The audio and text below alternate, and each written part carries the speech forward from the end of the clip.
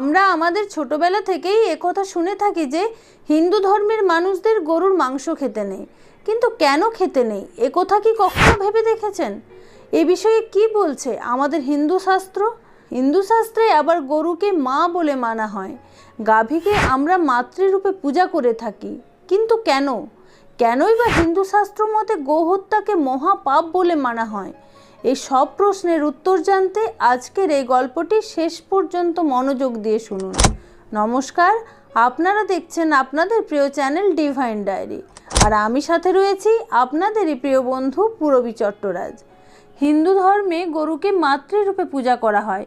মা যেমন সন্তানদের স্তন্যদুগ্ধ পান করিয়ে সন্তানদের বাঁচিয়ে রাখে এবং বাবা আমাদের খাদ্যের যোগান দেয়, ঠিক তেমনি গাভী আমাদের দুধ দেন এবং বলদ মাঠে চাষাবাদে সাহায্য করে ফসল ফলায়, তা মানুষ গ্রহণ করে জীবন ধারণ করে।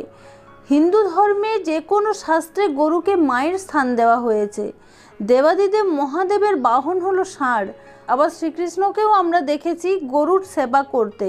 তাহলে আমাদের সৃষ্টিকর্তা শ্রীকৃষ্ণ নিজেই যেখানে গরুর সেবা করে, নিজে রাখাল হন, সেখানে আমাদের মতো তুচ্ছ মানুষ গোমাতার পূজা কেন করবে না?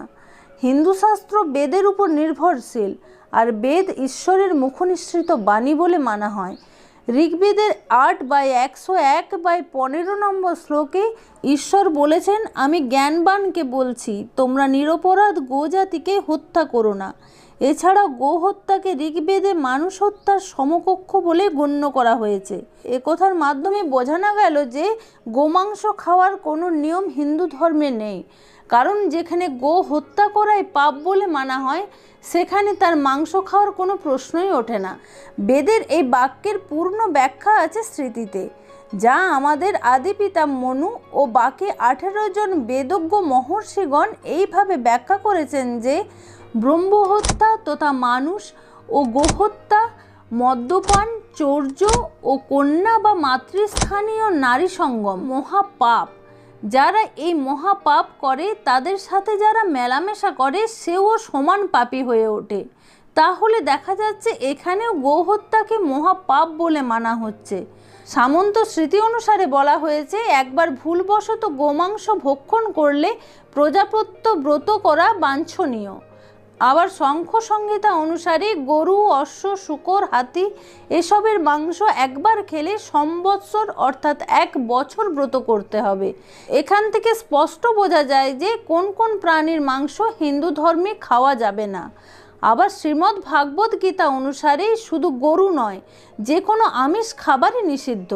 গীতায় আমিষভোজীদের পিশাচের সঙ্গে তুলনা করা হয়েছে।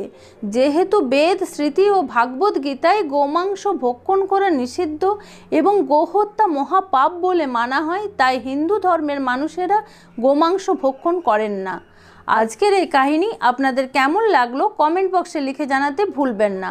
গল্পটি ভালো লাগলে একটি লাইক করবেন, চ্যানেলে নতুন হলে এবং এইরকম আরও জানা অজানা গল্প জানতে হলে চ্যানেলটিকে অবশ্যই সাবস্ক্রাইব করুন বন্ধুরা।